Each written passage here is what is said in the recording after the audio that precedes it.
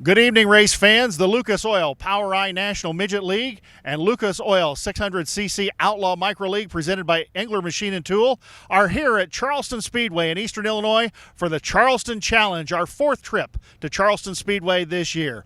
We're going to head down to the pit area and talk to some of the drivers and see how they feel about racing here at Charleston this Friday night. We're here at Charleston Speedway with the driver of the number 21 machine, Emilio Hoover. Emilio, talk a little bit about your 2021 season so far. It could have been better. We could definitely have used more finishes overall so far, but with a lot of the finishes we have gotten, I'm pretty happy. What do you think about Charleston Speedway tonight? Been here before? I have. We've been here several times this year, and it's usually raced pretty well after hot laps, and it gets well run in. It races nice. Charleston sometimes is a little bit bigger than some of the other tracks we race on, such as Little Belleville if it were open or Macon. But tonight you've got a little bit bigger racetrack. Do you like the bigger racetracks? I personally like bigger racetracks. They're easier to run, easier to have time to think on than small bull rings like Port City. But, yeah, I mean, it's pretty fun. I like them. You got a crew chief back here that knows what he's doing. He's also kind of demanding on his drivers. Good thing he doesn't have a radio to talk to you, isn't it? Yeah. I can sometimes after some of the conversations we've had when I've come back from the track, yeah, the radios are not for the best. All right, good luck tonight, Emilio Hoover. All right, thank you. We're here at Charleston Speedway doing our pit walk tonight, and we've cornered Travis Buckley, one half of the team that's come here from down under. Travis is from Auckland, New Zealand, driver of the number 7 Enzy. Travis, what's your impression of American racetracks so far? It's a little bit different than the tracks you race on down under, isn't it? Oh, it's definitely different, by all means. Everything about it is different. It's so banked and everything's so fast over here, but I'm enjoying it, loving every bit of it, but definitely taking a while for me to adjust. Every track we've been to so far has been a new one for me. So, how long have you and Hayden Williams been here racing this summer? So I came over here in March, and Hayden came over here just after me, a month after. So we're planning to stay here till October and do some more racing around, but yeah, so that's the plan. Hayden said with COVID it might be a little difficult to get back into New Zealand at this point. How's your plans going for getting back?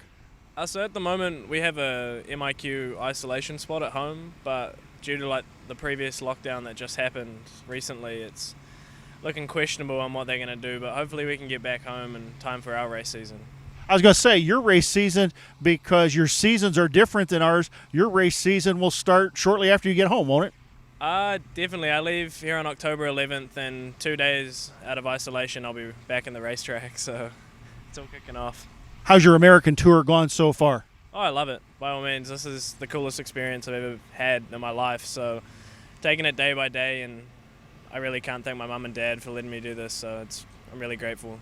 We wish you a lot of luck. We love it when the people from down under come here. Good luck tonight. Thank you. Appreciate it.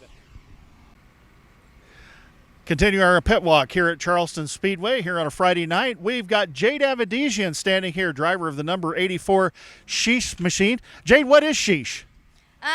One of our friends, his friends just started saying sheesh, and then they wanted to sponsor us, so it was just kind of a joke, and then people just say sheesh all day long, so I don't really know. Whatever you want it mean, it means. So if you have trouble in the car, maybe it breaks down or you get into a little bit of an incident, do you say sheesh in the car? Yeah. All right. I know you've driven micros and you're kind of moving up to the midgets. Talk a little bit for the fans at home. What's kind of some of the differences in driving a micro and a midget?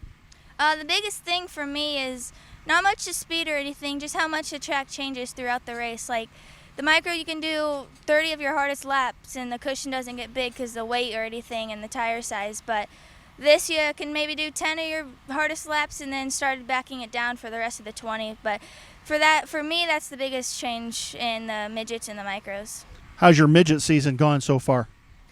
Pretty good. We took a 8-week break off, so I'm glad to be back. This track's fun. I've been here 2 other times, so hopefully we'll get a podium. Think your experience is going to help you against some other people that haven't been here? Yeah, for sure. All right, good luck tonight, Jade Avedisian, driver of the number 84. We'll see her in action tonight.